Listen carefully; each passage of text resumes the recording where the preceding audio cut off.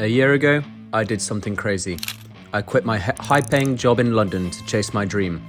I did everything right. Went to school, got good grades, earned a maths degree, and landed a corporate job in London.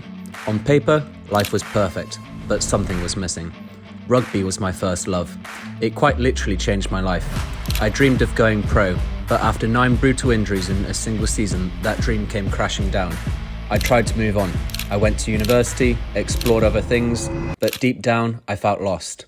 That's when I made the most unexpected decision of my life. I packed my bags and booked a one-way flight to China to make a documentary about rugby in China. Rugby in China isn't widely talked about, but with nearly 20% of the world's population, the country has huge potential, with the likes of basketball and football exploding across the region. Why hasn't rugby taken off? Our mission: to travel across China, from Beijing all the way down to Hong Kong, meeting the people shaping the future of rugby in China. My hope for this documentary is that more people will fall in love with the game, just the way I did, and that it will change many of their lives too. I also want to inspire everyone watching around the world to chase their dreams, no matter how daring. My name is Hamish, owner of Champagne Rugby, and this is our story to uncover the hidden world of rugby in China. But before we get to China, let's talk about how I fell in love with rugby. Growing up, I was a troublemaker, always getting into fights, causing mischief. I nearly got expelled multiple times. Something had to change. That's when my local rugby coach took me under his wing. He was tough. He didn't tolerate laziness or excuses. But over the next few years, he shaped me into a hard-working, disciplined, and competitive person. I started focusing on my schoolwork, getting good grades, and playing rugby every week with my best mates. We won county championships, I captained my school team, and even played with Gloucester Academy. I was obsessed. From that moment on, I was hooked. I memorised stats on opposition teams, spent hours playing Rugby World Cup 2011, and started 6 rugby fan pages. Within 2 years, those pages grew to 1 million followers, back when Facebook was barely a thing. Then, in 2017, disaster struck. 8 injuries in 1 season. My body had taken a beating, and my love for the game started to fade. I stepped away from rugby and went on to university. 2 patients from the same family in England have tested positive for coronavirus. The first cases to be recorded in Britain. Then came the pandemic, and a loss I wasn't prepared for. My coach, the man who shaped so many of us, passed away from a heart attack at 62. Because of lockdowns, we couldn't even give him the proper send-off he deserved. I was devastated. I had never lost anyone close to me before. Our entire rugby community felt the loss. He had been more than just a coach. He had given so many of us a purpose, a sense of discipline, and a love for the sport. That's when I started Champagne Rugby. I wanted to inspire others the way he had inspired me. I wanted people to experience the values rugby instills: hard work, resilience, community. On Instagram, Champagne Rugby took off, growing to 250,000 followers in under 2 years, with viral videos reaching over 500 million people.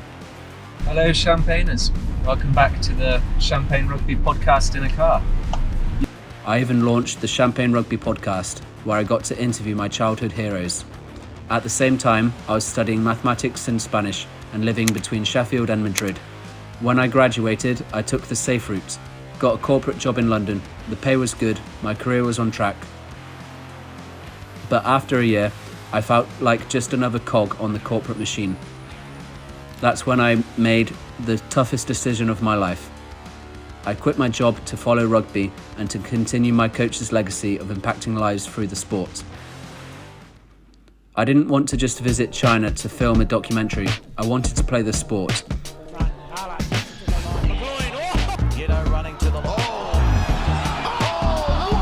Rugby is one of the most brutal sports in the world.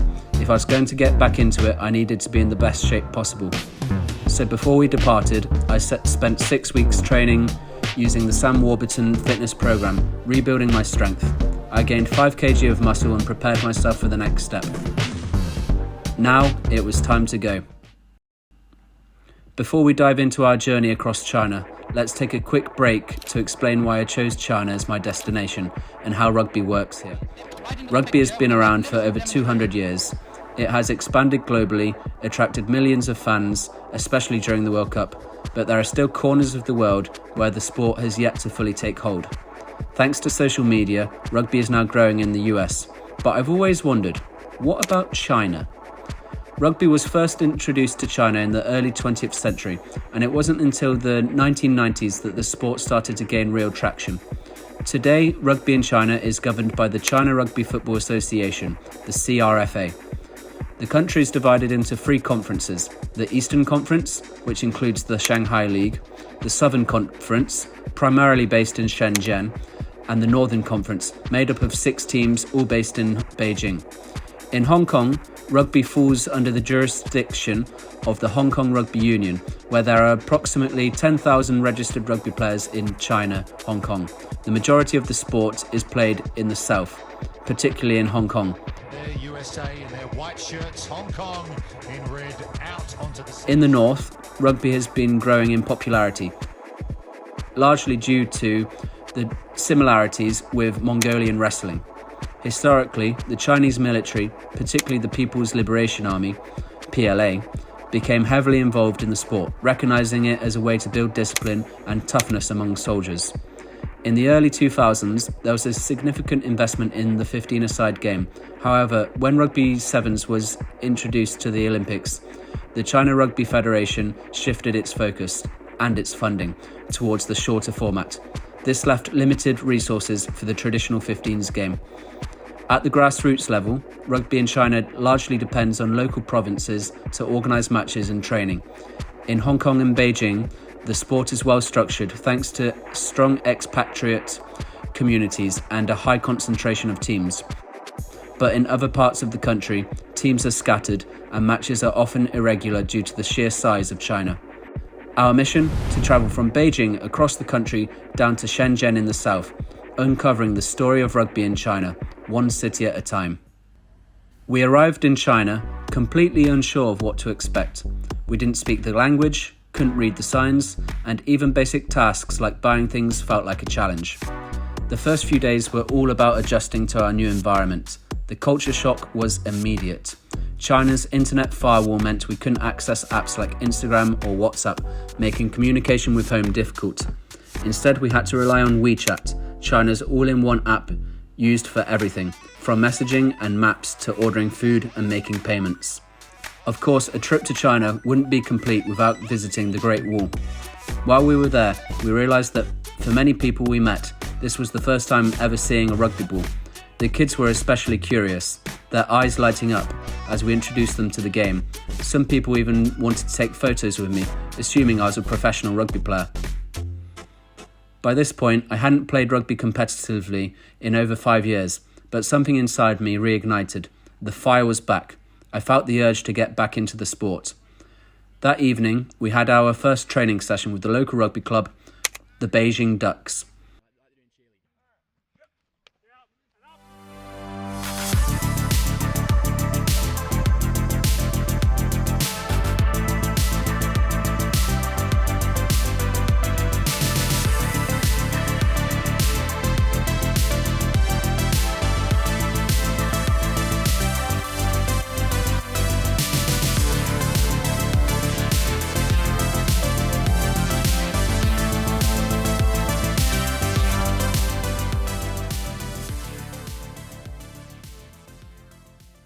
After training, the reality set in. I was about to play my first rugby match in 5 years. The anticipation was electric. I was ready to unleash the beast within and make my debut for the Beijing Ducks. He'll be a hot minute, so I'm just going to quickly go and grab a snack. The next morning, we were up and ready, unsure of what to expect. The pitch was originally a football field, repurposed for rugby, a testament to the perseverance of the local players. The Beijing Ducks were a diverse team, made up of internationals from all over the world, most of whom had come to China to teach English. What was interesting was how the team communicates in both Mandarin, Chinese and English. So a lot of the expats have come over here to teach English, and they don't speak a word of Chinese, but then a lot of the Chinese lads, they don't speak English. So it's going to be interesting to see how the team works together with that language barrier, because obviously communication in sport, as with anything, is quite important. But there was also a solid mix of local players, and some of them were absolute units. In fact, some of the local lads were possibly the best players on the pitch. Team members? Yeah, I was really impressed by the level of the Chinese boys.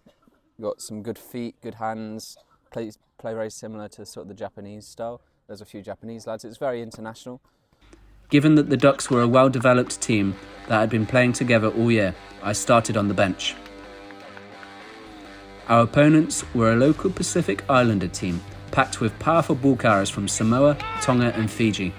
It was set to be a physical battle. From the sidelines, I watched an absolute war unfold. Big hits were flying in from every direction, and by half-time, the Ducks were leading in what had become a brutal encounter.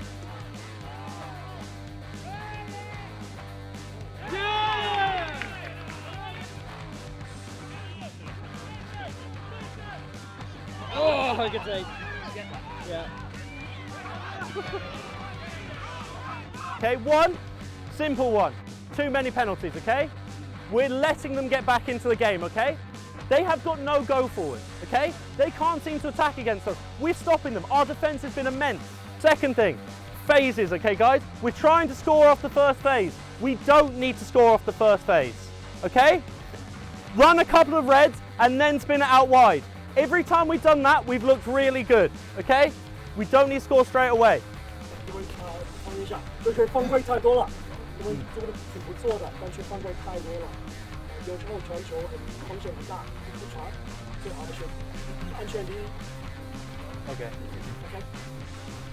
The intensity of the game fueled my excitement. I was itching to get back on the field after 5 long years away from rugby. This was it. The sport I had fallen in love with as a kid had led me to this moment. This was the pinnacle of my rugby journey. 3 steps away from greatness. I had quit my job to play rugby in China. Just think about that for a second. Life presents countless paths, and the direction you take is entirely in your hands. You can't change the past, but you can shape the future. Even if everything had gone wrong, I would have no regrets. I may not have become a professional rugby player, but I'd chosen to travel the world and go on an international rugby tour. The second half went well, the boys dug deep, and we secured the win, beating the Pacific Islander team 5 tries to 2. However, what's more beautiful is what happens next.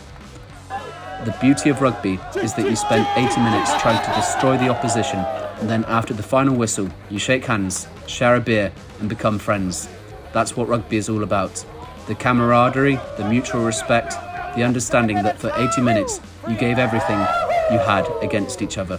Rugby is probably the closest thing to war in modern sport. 30 blokes, 80 minutes, and an egg-shaped ball. My time in Beijing was coming to an end before we made our way down south. Next on the trip was Xi'an, home of the Terracotta Warriors. A 4-hour bullet train ride from Beijing brought us to Xi'an, the ancient capital of China, and home to the legendary Terracotta Warriors. Stepping into Xi'an is like walking through history. Beyond its historical sites, the city serves as a gateway to understanding China's deep cultural heritage. From Xi'an, we ventured further into the heart of China, heading to Zhangjiajie, a place straight out of a fantasy movie. If you've ever watched Avatar, you're probably familiar with the floating mountains of Pandora. That breathtaking world was inspired by the towering sandstone pillars of Zhangjiajie. Zhangjiajie's landscape is otherworldly. Towering sandstone pillars rise in the misty sky, creating the illusion of floating mountains. The ethereal scenery feels both mystical and surreal, as if nature itself had sculpted a dreamlike masterpiece. Zhangjiajie was unlike anything I had ever seen. After 3 days of hiking through the awe-inspiring mountains, we embarked on another 12-hour sleeper train journey, this time to Shenzhen, the electronics capital of the world.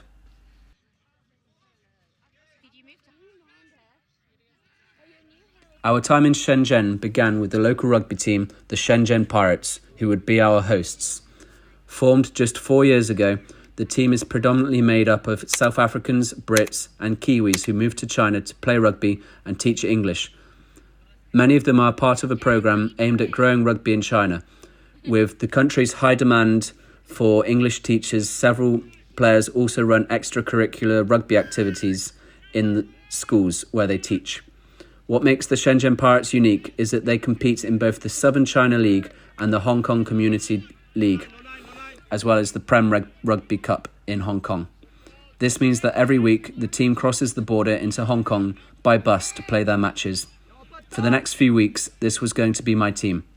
Our first match was between the Pirates and the Guangzhou Rams, the reigning champs of the South China Cup. Having just ended a grueling 12-hour sleeper train from Zhangjiajie, we were feeling worse for wear. Fortunately, we were only spectating this time. The game was intense, fast-paced, and highly physical.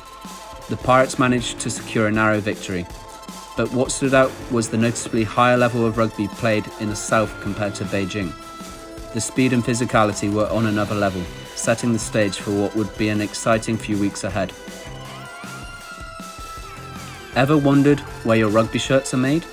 China is known for its massive manufacturing industry, and in the south lies the country's largest rugby shirt production facility. Naturally, we had to check it out. In Dongguan. So, Dongguan. So we've come here to Dongguan, and this is Josh, the owner of the factory, and he's going to show us around what it's like and where all the rugby shirts are produced.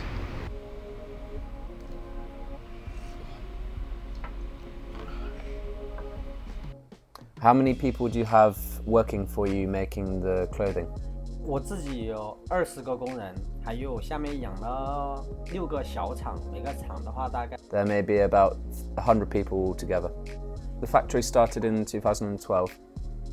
What does the typical cost look like to make 30 shirts, for example?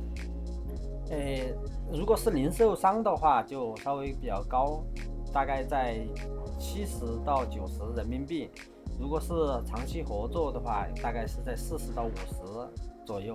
If it's long-term cooperation, it's about 40 to 50 yuan for 30 shirts. So 30 shirts for £5.50, more or less. Would it be okay to have a quick factory tour? Could see a garment being made from start to finish. That would be quite cool.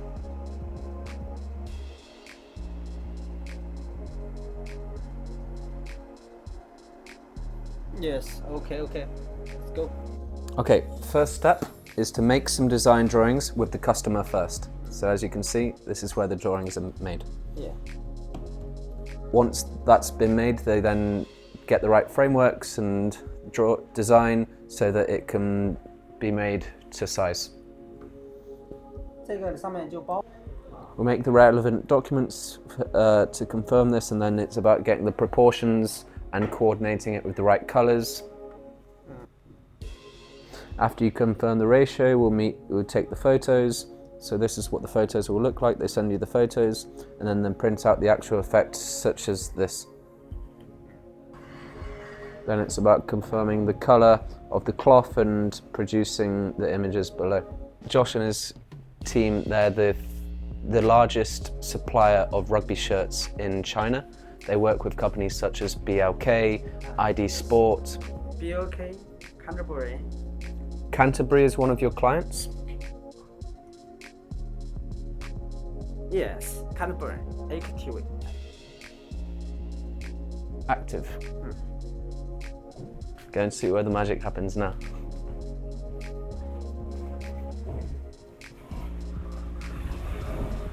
America. So that's a bit of American football merch that they do.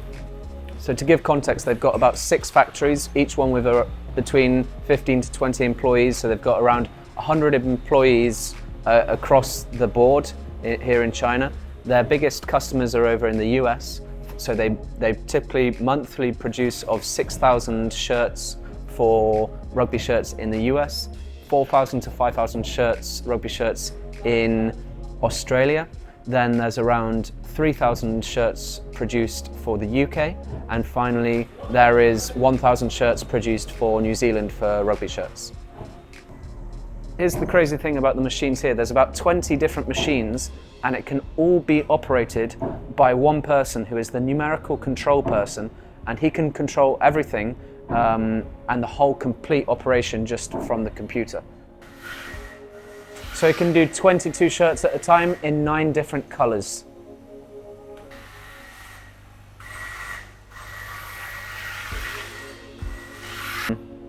How long does it take to make one shirt, and how long does it take to make 30 shirts?